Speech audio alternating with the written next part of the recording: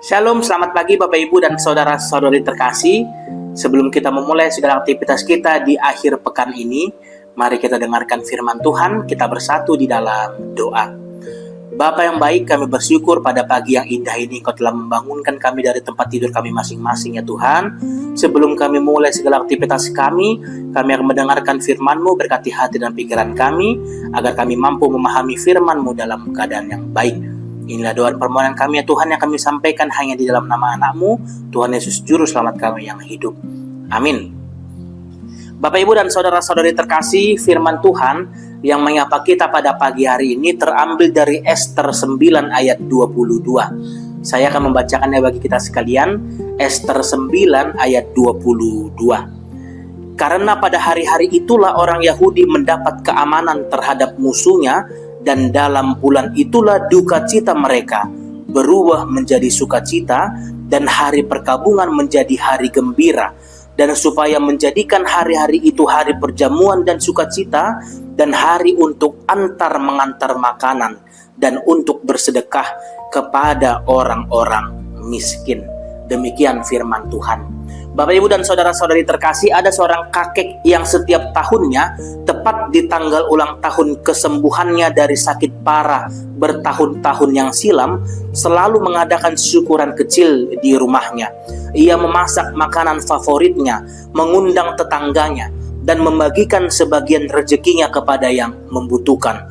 Cucu-cucunya kadang bertanya, "Kakek, kenapa harus dirayakan tiap tahun? Kan sudah lewat kejadiannya." Kakek itu tersenyum dan menjawab, "Justru karena sudah lewat, aku tidak boleh lupa. Kalau aku berhenti merayakannya, lama-lama aku akan lupa betapa besar pertolongan yang pernah aku terima. Dan anak cucuku pun tidak akan pernah tahu ceritanya." Perayaan kecil itu bukan sekedar seremoni, tetapi cara untuk menjaga ingatan tetap hidup lintas generasi.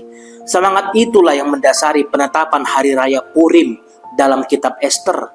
Setelah rencana jahat Haman untuk memusnahkan seluruh orang Yahudi di kerajaan Persia digagalkan melalui keberanian Ester dan kebijaksanaan Mordekhai, umat yang tadinya terancam mati justru mendapat kemenangan yang bisa membuat mereka beristirahat dari musuh-musuh mereka. Mordekhai kemudian menetapkan agar peristiwa itu diperingati setiap tahun, sebab bulan yang tadinya penuh duka cita dan kesedihan berbalik menjadi bulan sukacita dan hari yang baik. Perayaan itu diisi dengan pesta, saling mengirim makanan, dan memberikan sedekah kepada yang miskin. Bukan sekedar pesta biasa, melainkan tindakan untuk mengenang pertolongan Tuhan yang bekerja diam-diam di balik layar sejarah, meski nama Allah sendiri tidak pernah disebut secara eksplisit dalam seluruh kitab Ester.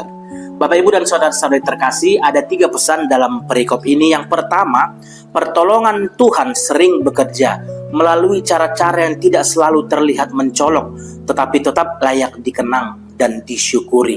Yang kedua, sukacita atas pertolongan Tuhan semestinya diwujudkan melalui kepedulian nyata kepada sesama, bukan dinikmati sendiri. Dan yang ketiga, mengenang kebaikan Tuhan di masa lalu, bukan nostalgia, melainkan cara menguatkan iman untuk menghadapi masa depan, sekaligus mewariskan kesaksian itu kepada generasi berikutnya. Semoga kita juga dapat melakukan hal-hal seperti yang di kitab Ester. Kita teruskan kebaikan kita dalam kehidupan kita masing-masing, dan terus mengingat bahwa Tuhan dapat bekerja ketika Tuhan tampaknya tidak bekerja.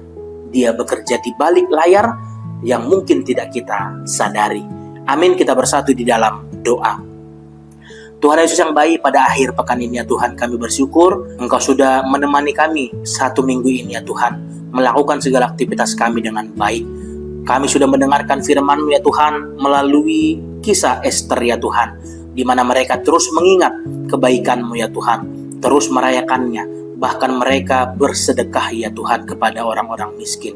Ajari kami ya Tuhan, agar kami juga mampu melakukan apa yang seperti mereka lakukan di masa yang lampau itu ya Tuhan, sehingga kebaikan-Mu semakin nyata bagi seluruh umat manusia. Tuhan Yesus yang baik, pada pagi hari ini secara khusus ya Tuhan, kami berdoa bagi orang-orang sakit ya Tuhan.